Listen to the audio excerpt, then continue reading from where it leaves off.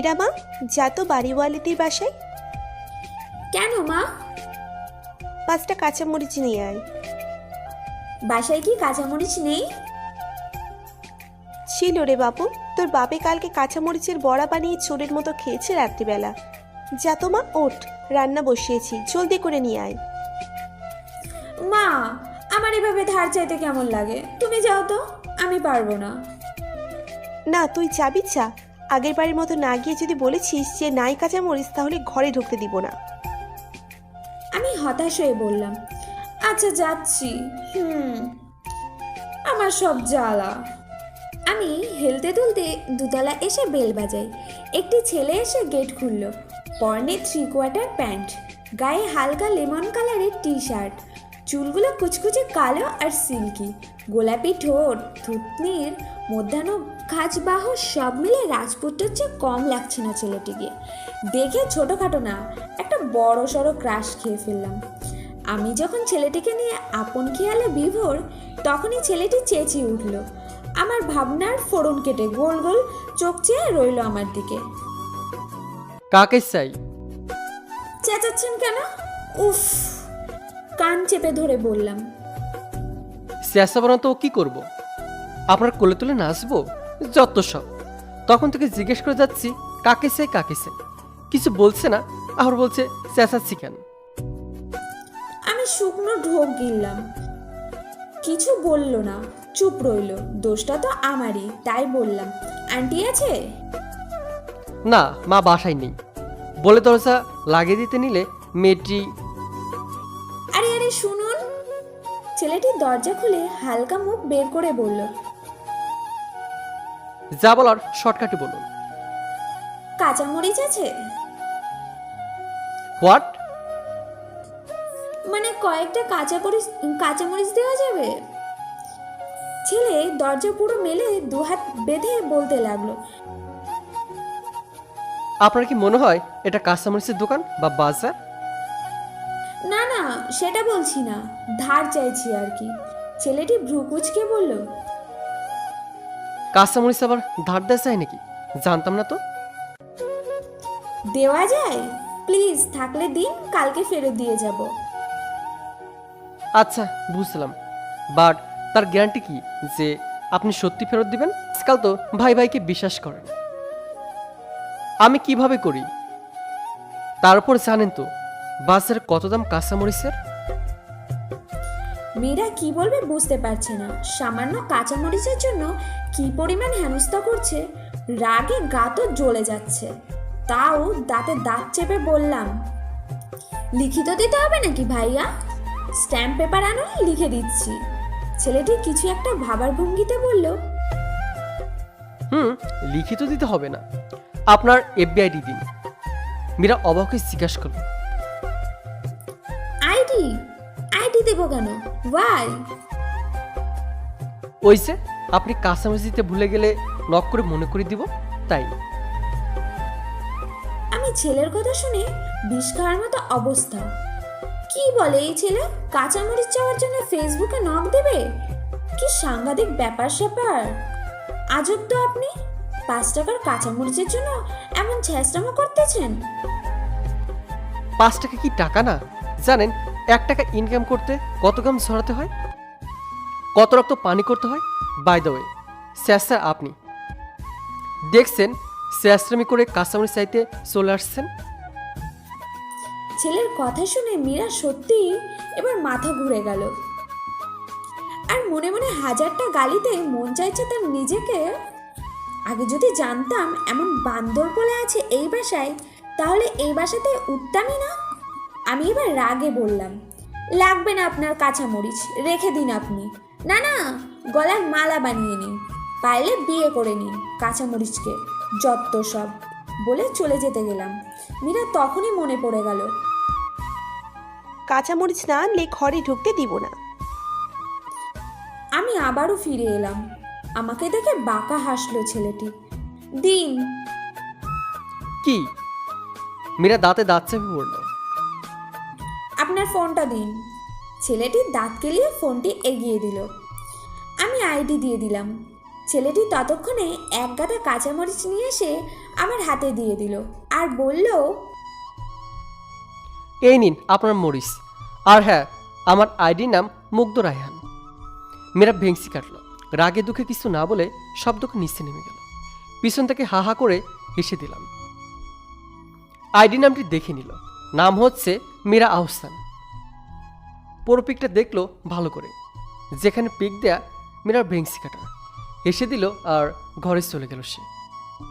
মীরা ঘরে এসে ধপাস করে দরজা আটকে দিল। মীরার মার দরজার এমন আওয়াজে দৌড়ে রান্নাঘর থেকে বের হয়ে আসলো। এই কি হলো রে, দরজা এমন করে লাগালি কেন? ভেঙে গেলে তোর বাপে নতুন লাগিয়ে দিবে নাকি? এমনিতেই ভাড়া বাসা, তোর বাপের বাড়ি না।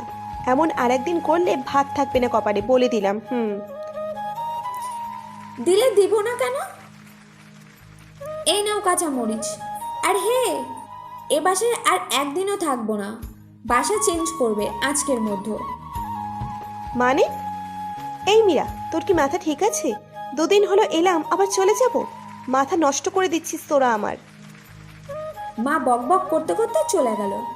পরের দিন রাতের বেলা আমি এফবিতে নিউজ ফিড চেক করছিলাম। তখনই দেখি টুং করে মেসেঞ্জারে টিউন বেজে উঠল। আমি চেক করলাম। নর্মালি করার সাথে কোনো মেসেজের আমি ঠিক মতন রিপ্লাই করি না। মেসেঞ্জার অন করলাম। Hi, hello. কেমন আছেন? জি আলহামদুলিল্লাহ, ভালো। আপনি? আলহামদুলিল্লাহ ভালো। তারপর আর কোনো মেসেজ করিনি। তখন ওপাশ থেকে আবারও আসলো মেসেজ। কাঁচামরিচ দিয়ে গেলেন না তো? তা কবে দিবেন শুনি?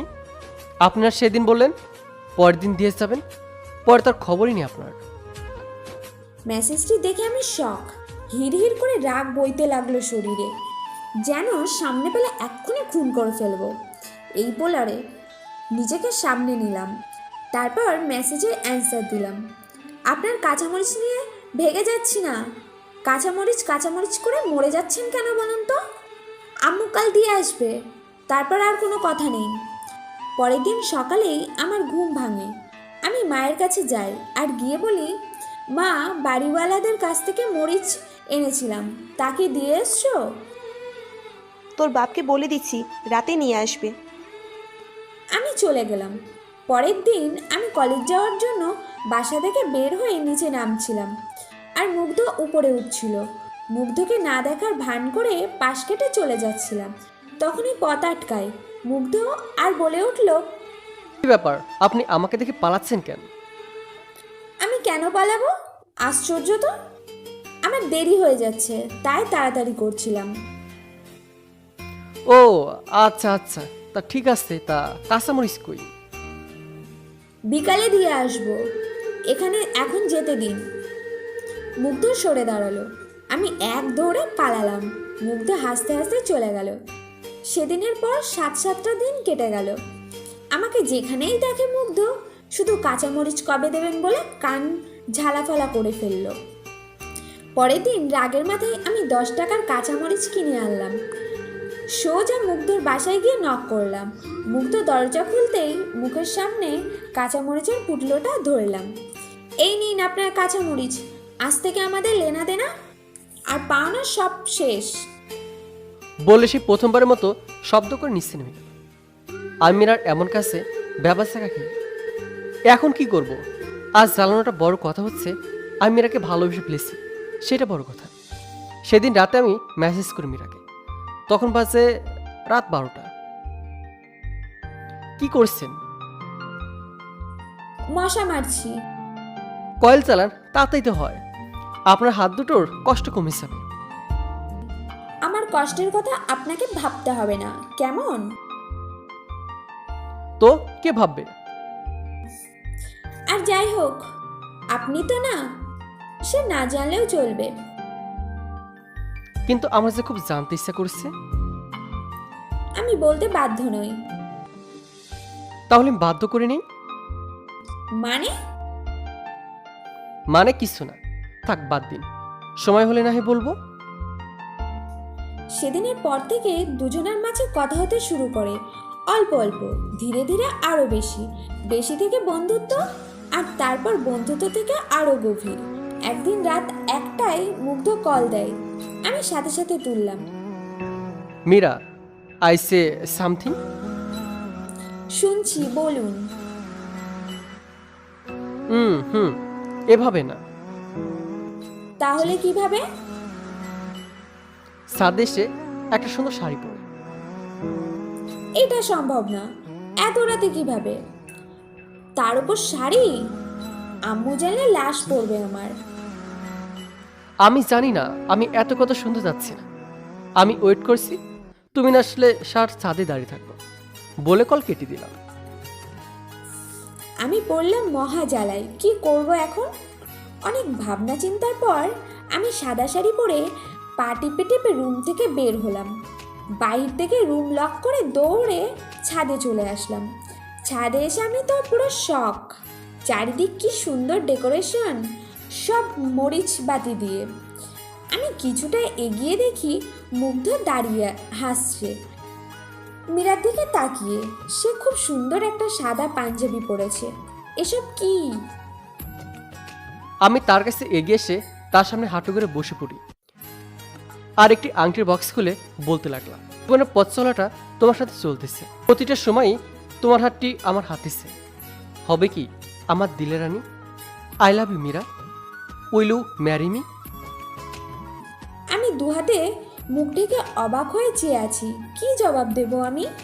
আমি মুগ্ধকে পছন্দ করি, কিন্তু মুগ্ধ হুট করে এমন করবে বুঝতে পারিনি। আমার জবাব যেন গলা আটকে বসে। আমি দুহাত মুখ চেপে মাথা দুলালাম, ওপর নিচে একটানে 2-3 বার। তা দেখে মুগ্ধ হেসে ফেলল, তারপর কাছে এসে আংটি পরিয়ে দিল। আংটি দেখে আমি শক। কাঁচামরিচের ডিজাইন করা ডায়মন্ড রিং। আমি জিজ্ঞাসা দৃষ্টিতে তাকাতেই মুগ্ধ বলল, মরিচের জন্য তোমাকে পেয়েছি, তাই এটি আমার ভালোবাসার প্রতীক। পাগল আপনি। তোমার প্রেমে পাগল আমি। বলে জড়িয়ে ধরল। আমিও ধরলাম শক্ত করে, যেন কেউ কারো থেকে ছুটতে না পারে। আর আমি মুগ্ধর বুক ভাসিয়ে খুশির জল বিসর্জন দিতে লাগলাম। আচ্ছা, আর কেতে বুক ভাসাতে হবে না। আর এই পাগলটাকে আমি ভালোবাসি। Love you too, more than more and more.